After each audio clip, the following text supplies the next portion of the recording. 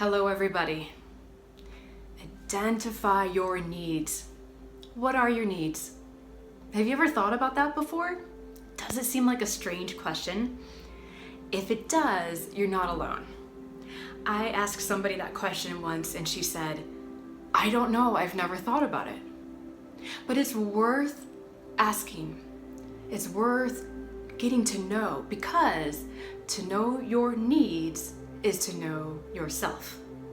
And once you know yourself, you have a good foundation from which to carry out into the rest of your life and into your relationships.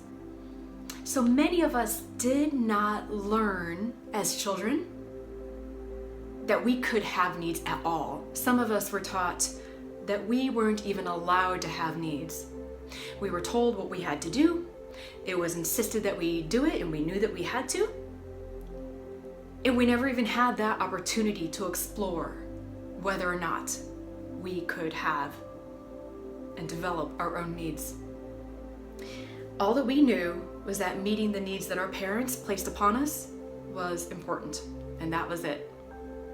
Many of us were caretakers in our family. We were the peacemakers, the caretakers. Maybe we had an alcoholic parent or an abusive parent, and we existed as an extension of them. And this did a lot of harm, because in the process of taking care of that parent and doing what we needed to do to survive in that dysfunctional environment, this part of us never got developed. And it creates a mess when we are adults and have intimate relationships. We need to heal this. And we can start by looking within, thinking about what it is that we need for ourselves and from other people. This is important and an important part of healing and development. So if you didn't get that as a child, that's okay, because so many of us didn't. But now that we're adults, we can heal that and learn and move on. We can start to understand ourselves better, because most of us didn't get that when we were children. And it wasn't our fault. That's what we were given, but now we can choose something else. So many of us don't know what our needs are. We've never thought about it. So when I first learned about this, the teacher who introduced me to the concept said, you can even Google a list of human needs. And I did just that, because at first when I heard it, I thought, I don't have a clue. I had never put it in that framework. So I did that. I Googled it, and besides our basic human needs of food and clothing and shelter, it got me thinking. I found some other lists, and it got me thinking about what my needs are. So think about it. Go ahead and Google if you'd like. I highly recommend doing that.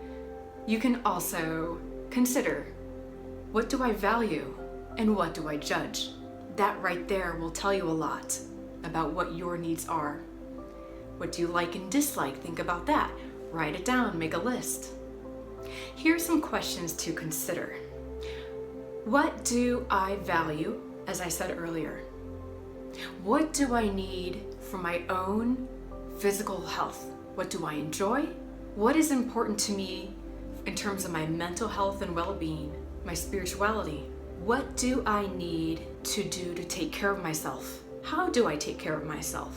Do I recharge by being with other people or alone? Do I need to be outside a lot in nature, or do I like to be inside and I enjoy climate control? Do I need family around me a lot, or do I like to be more or less of a loner? These are all just some questions to get you thinking about what your needs are. And what are your needs from other people? How do you like people to speak to you? How do you like people to listen to you? What kind of attention do you like? Describe that for me. What is that like? I was once at a training for my job about 10 years ago, and in the training they told the story about how this new manager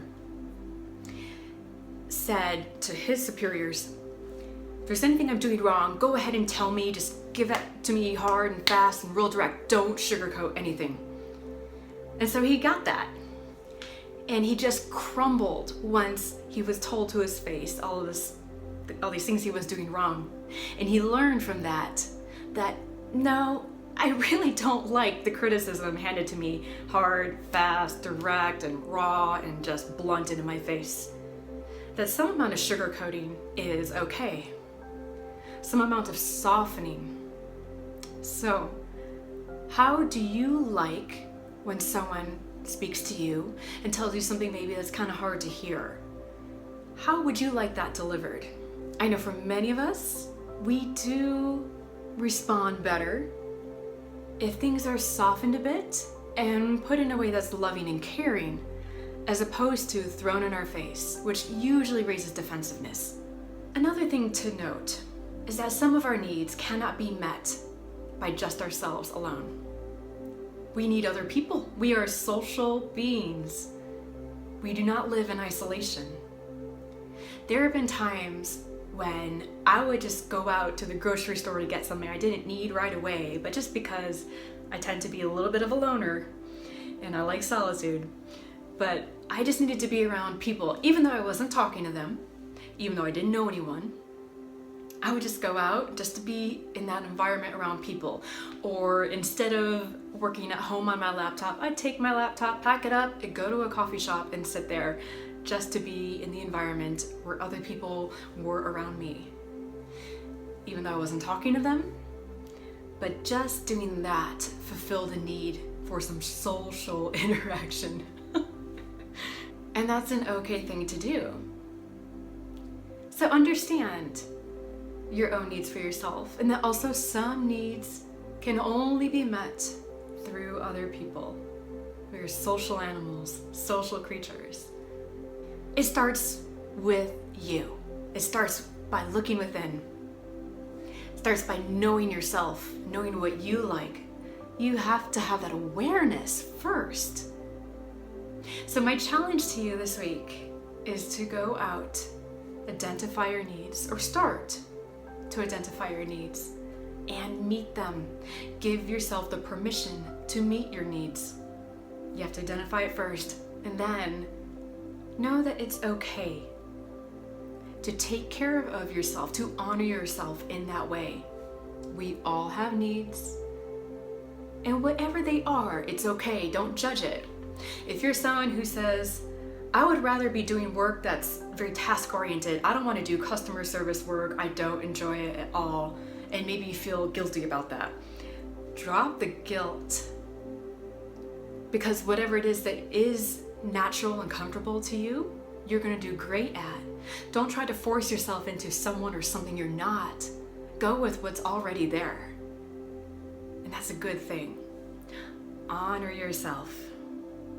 Love yourself 100%, flaws and all. Not really flaws, but what we perceive as being flaws, because we all have them. And be kind. All right. So, I hope that this has helped you start the process of identifying your needs and then go out and meet some of those needs. Give yourself that openness and that acceptance. And that's how the healing process goes. Okay? So I hope that this has helped you. If you have any questions or comments, leave them for me below this video. Thank you so much for watching. I hope you will like, share, and subscribe. I so appreciate your time. I'll see you soon.